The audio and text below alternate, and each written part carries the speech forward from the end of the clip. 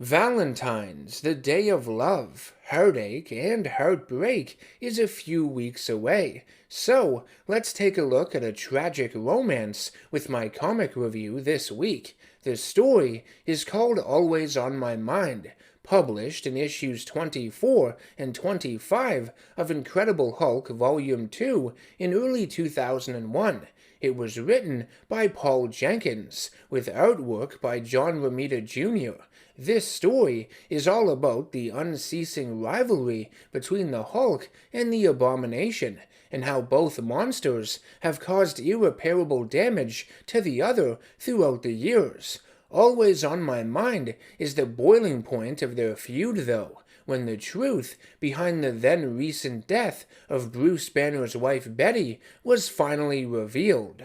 First, we need a bit of backstory. Banner had been given the opportunity to live some resemblance of a normal life. Instead of being a fugitive, all alone, and constantly on the run from the military, he would be allowed to disappear from public view and live with the love of his life, Betty Ross, on the condition that it would be at a government facility, Area 102, where he would be monitored 24/7 and his powerful alter ego, the Hulk, would be turned into an agent of the U.S. government to fight any threats menacing the country. While his powers were being controlled and he was essentially a prisoner, for the first time in a long time, Banner had happiness in his grasp. His mind was at peace, somewhat. His adoring wife, his rock, his shoulder to cry on, was at his side.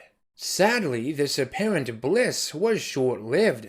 One morning, Betty woke up incredibly sick, dying from radiation poisoning, seemingly after being in close contact with her husband and the Hulk for so long. She falls into Bruce's arms in the bathroom, with her skin appearing a chalky brown color. Emotionally devastated, Bruce transforms into the Hulk, smashes through a wall of the bunker, and carries Betty away to get medical attention.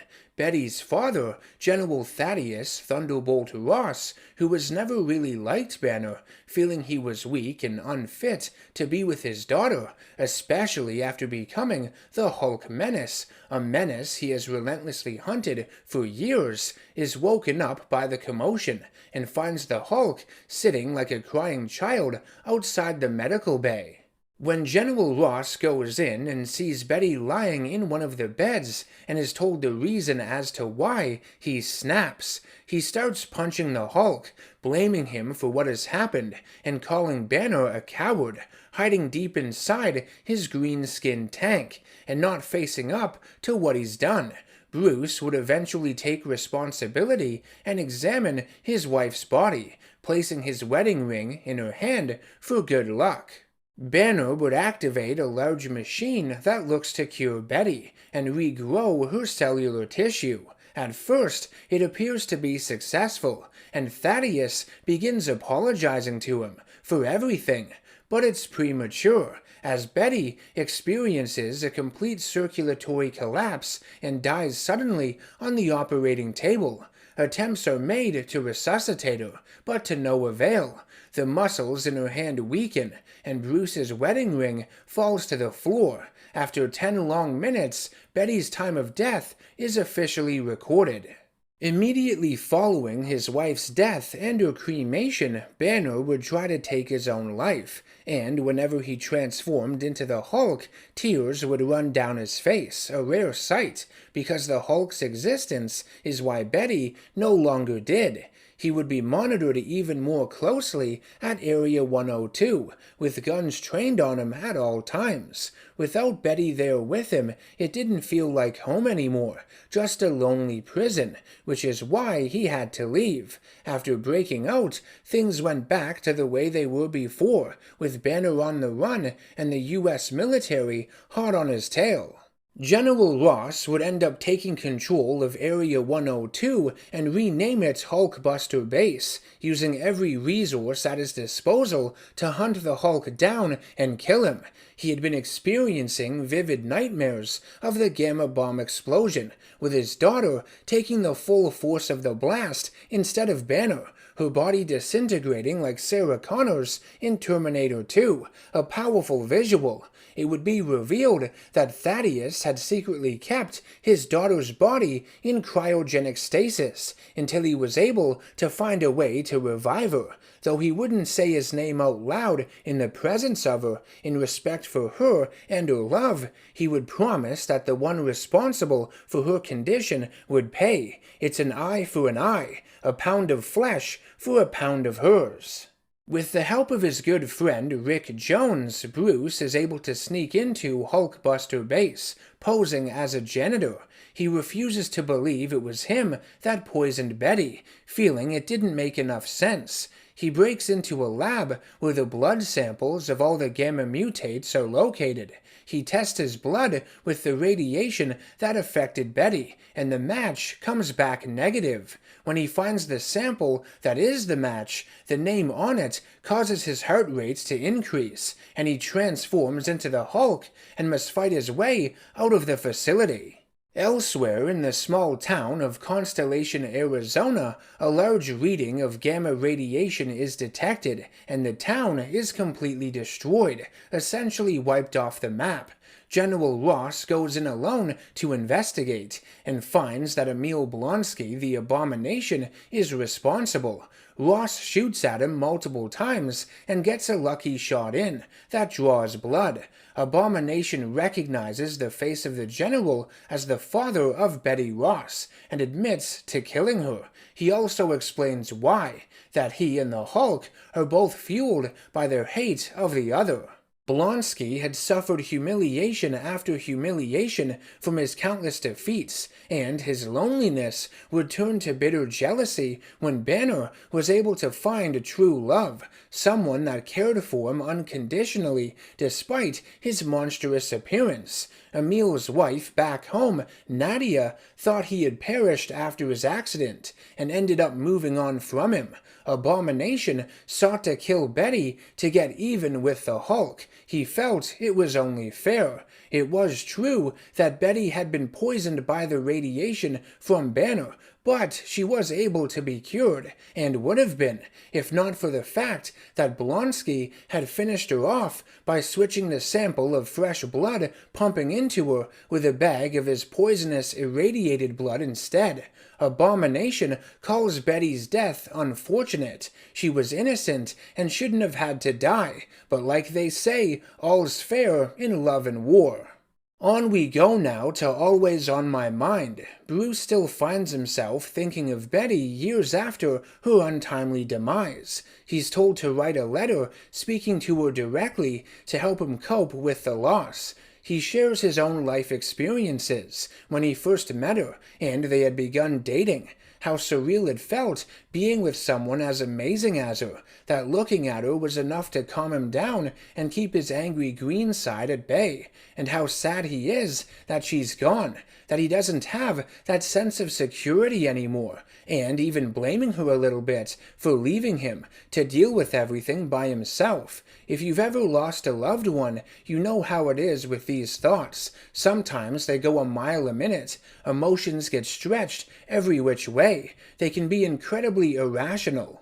Banner's writings here mirror excerpts of Betty's autobiography Field of Green we had seen in issues of Incredible Hulk following her death. In it, she had recounted her childhood, her mother, and her relationship with Bruce, and how she fell in love with him and his intellect almost instantly. She goes into her miscarriage of his child, and how that affected her. Also, how she was touched by the Hulk, how he would hold on to her tenderly despite his immense strength, and that he was misunderstood, as scared and soft as anyone could be. She had also fallen in love with Bruce's Professor Hulk persona, which combined the raw power of the Hulk with Bruce's vast intelligence. She was intimidated by the professor at first, but once he spoke to her with equal parts passion and patience, she fell head over heels for him.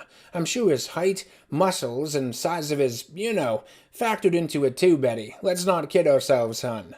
We see that Emil Blonsky has been coping with the loss of his wife in his own way as well, a bit more self-destructive than Banner's method though.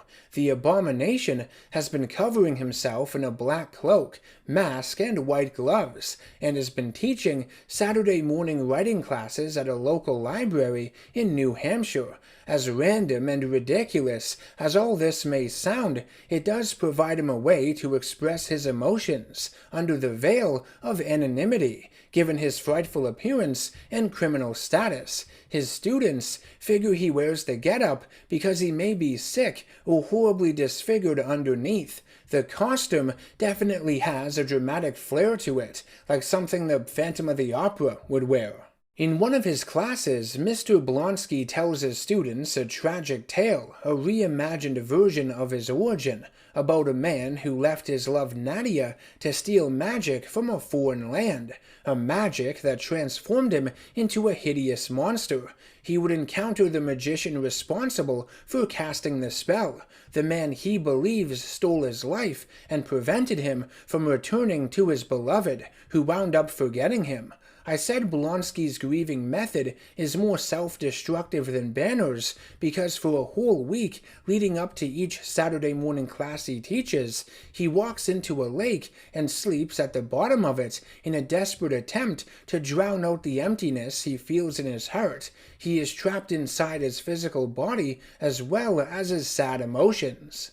Blonsky does make several attempts to contact Nadia, calling her at a payphone for instance, but she does not recognize his voice, thinks he's just some deranged stalker bringing up her dead husband, and threatens to change her number and have him arrested, calling him a monster for good measure before hanging up. That's gotta hurt. He ends up writing her a letter, apologizing for disappearing from her life, having her believe he was dead, and explains that he had undergone a drastic transformation.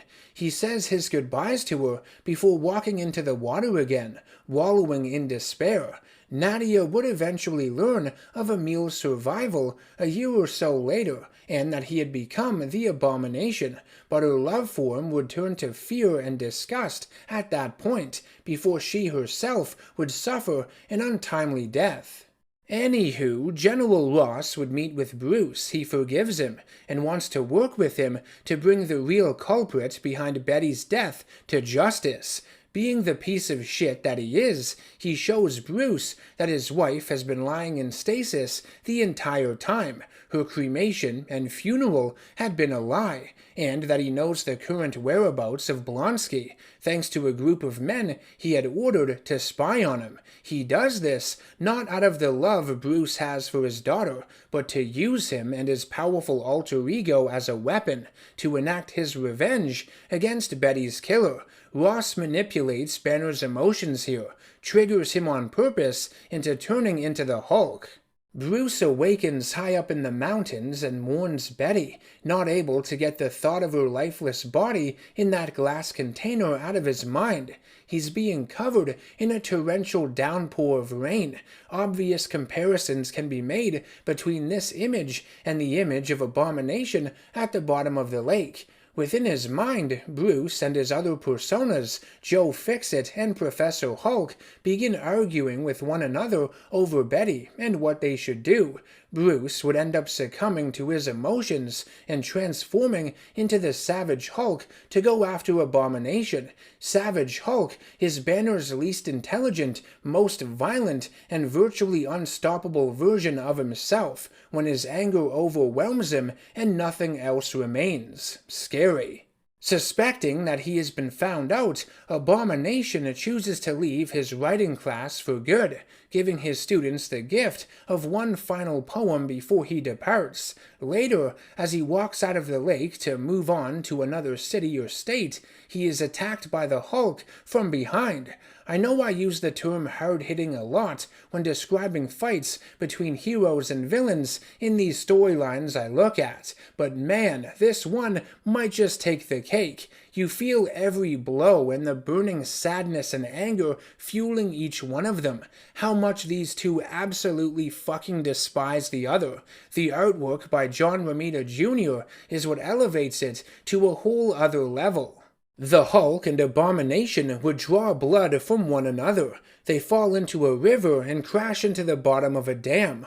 Hulk is a savage, a simple mind throwing an immensely aggressive temper tantrum. Abomination insults Banner's lack of intelligence in his current form, calling him a moron, an ignoramus, and a child. He also targets Bruce's loss, saying despite all his strength, he was too weak to protect the woman he loved.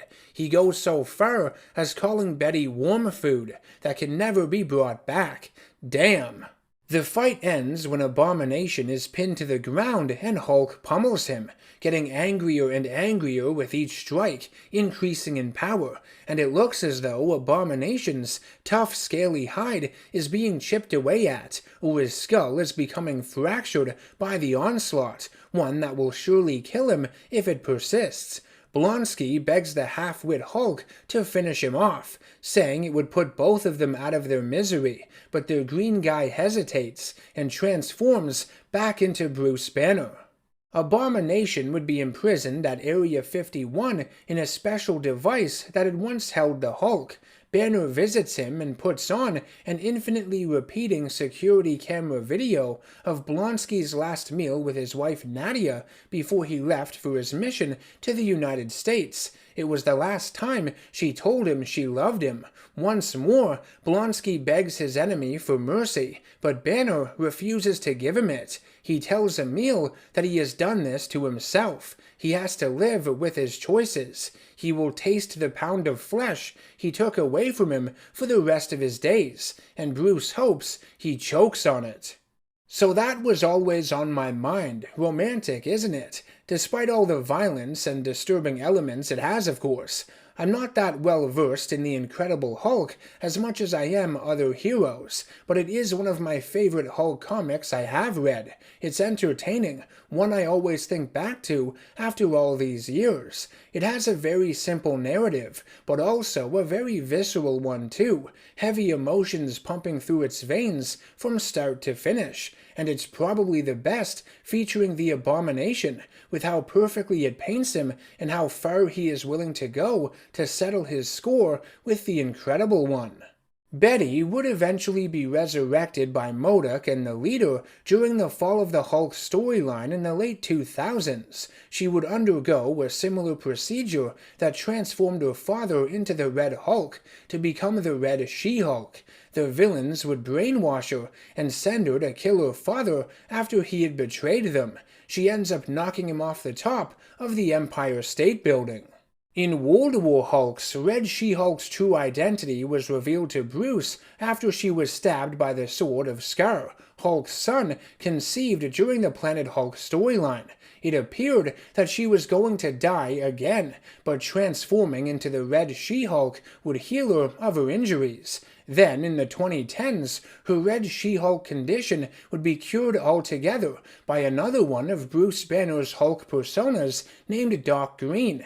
This one came about following an assassination attempt on Bruce. Tony Stark would implant an enhanced version of the Extremis virus into Bruce's brain to save his life, but it also combined Banner's intellect with the Hulk's superhuman strength, and had him turn back into Banner whenever he fell asleep.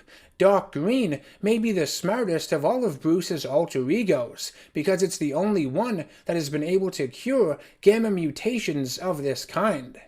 I want to thank you all very much for taking the time to watch my review of Always on My Mind. I hope you enjoyed it and got something out of it. If you'd like to support my channel and everything it is that I do on here, you can do so by subscribing, sharing any of my videos to anyone you know who may like them too, and by becoming a producer over on Patreon to help me keep the lights on. You can also nominate villain breakdowns and comics and games for me to review as well over there. I will see you all in the next one. Take care and stay nerdy.